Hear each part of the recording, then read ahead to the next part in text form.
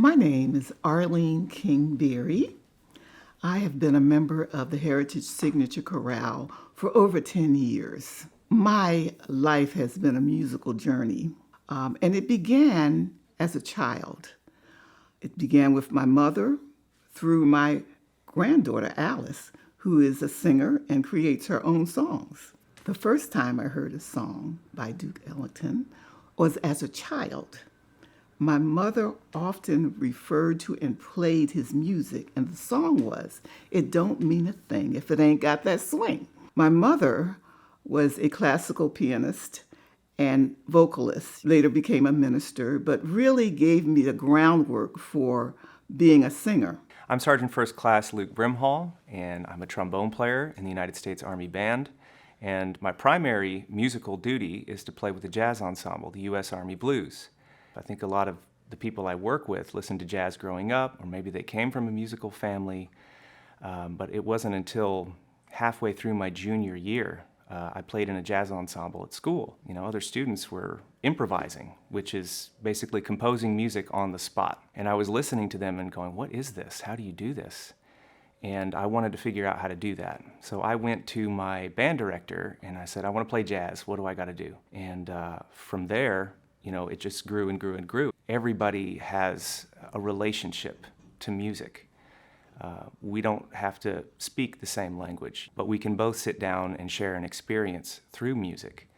And music speaks to people on a lot of different levels.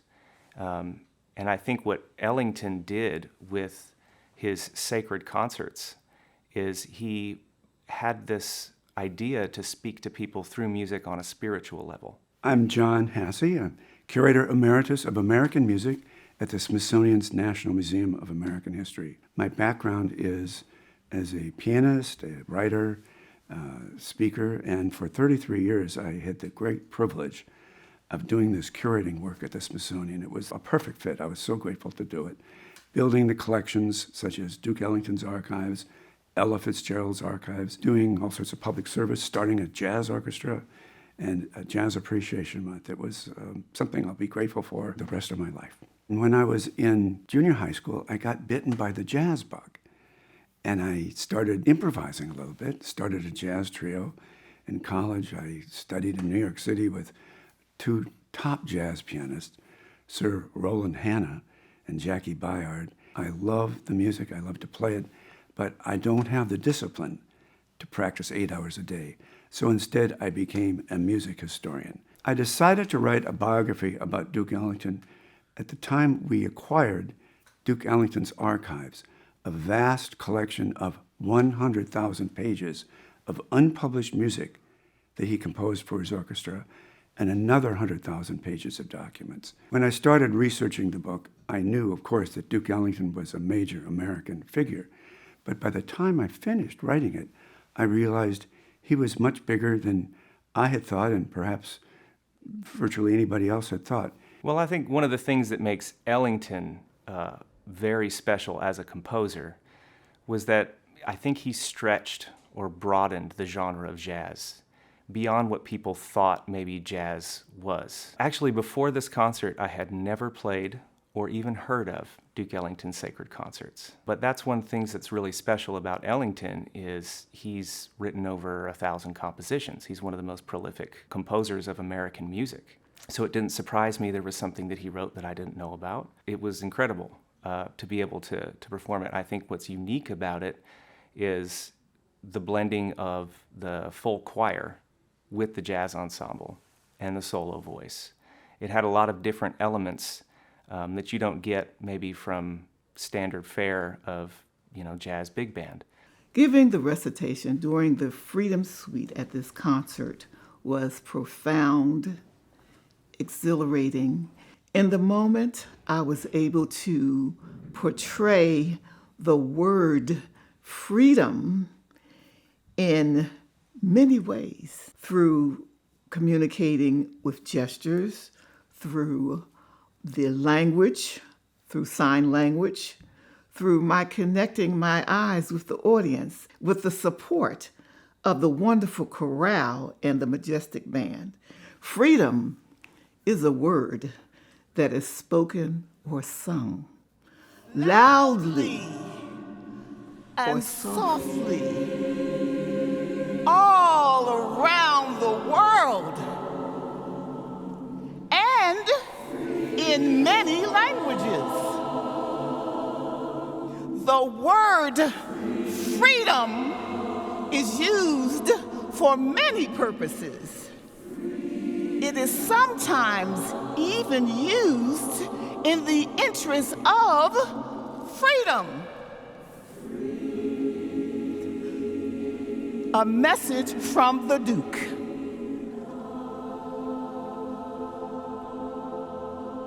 It really captured the true meaning of freedom, which transcends languages, cultures, whether or not you're happy or sad, whether you're oppressed, or if you lack hope.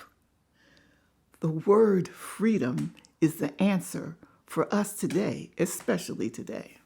These particular works, these concerts of sacred music, they were performed not only in churches across the United States and Europe, but in synagogues as well. Duke Ellington once said, "Man prays in many languages, and there is no language that God does not understand." He was an ecumenical, very spiritual man, and these sacred concerts are expressions of that deep spirituality of his.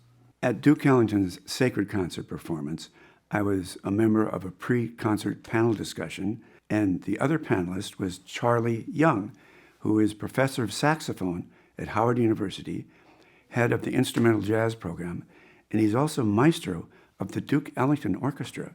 We talked about the arc of Duke Ellington's career, how he started in Washington. Before he was 25, he had moved to New York City, and then through the 30s and 40s and on, he became a citizen of the world, traveling to perform in so many countries. I made the point that Duke Ellington's career was about finding a better place, commanding respect for himself, his people, his music, and his culture.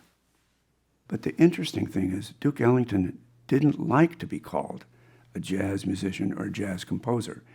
He despised categories.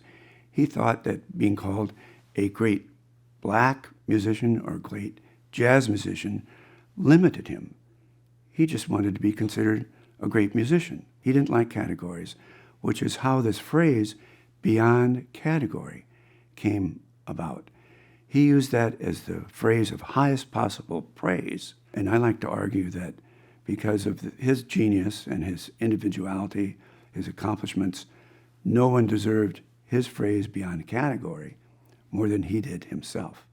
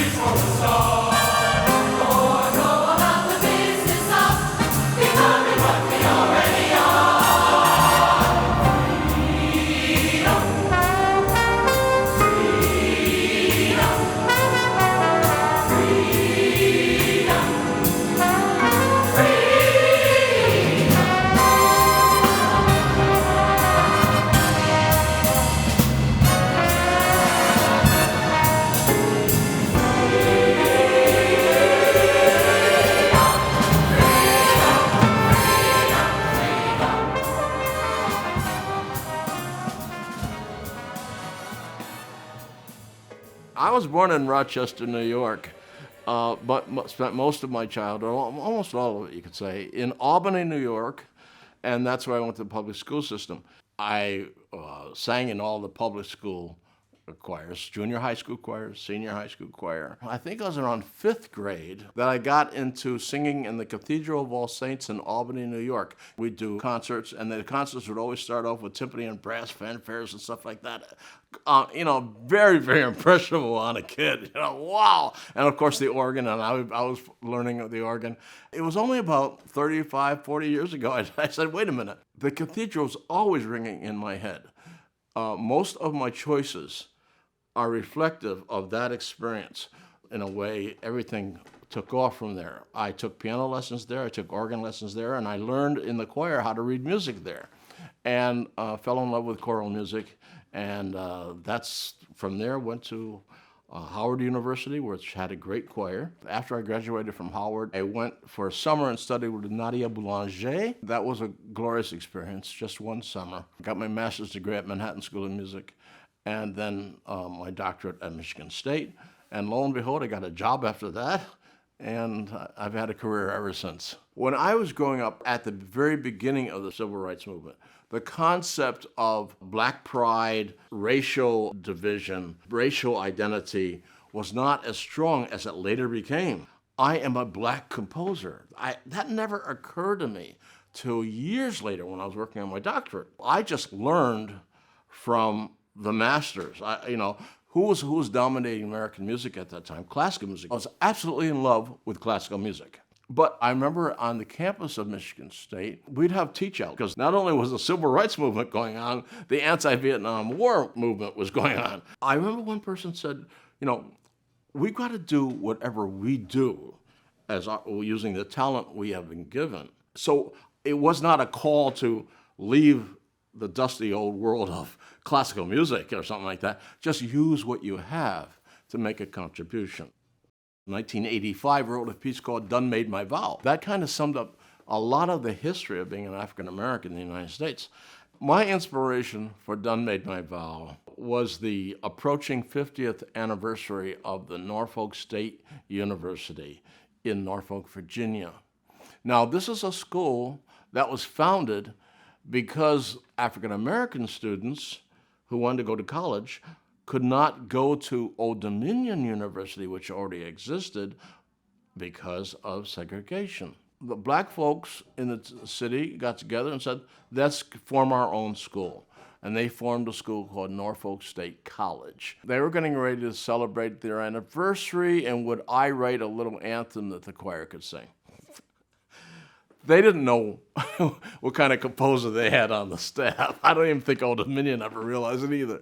I'm a highly trained classical composer, and I went to town on that. First of all, when I was living in Youngstown, Ohio, I conducted a little black choir there at Youngstown State University. And one of the things I created was a little piece called My Name is Toil. And it concluded some recitation in it.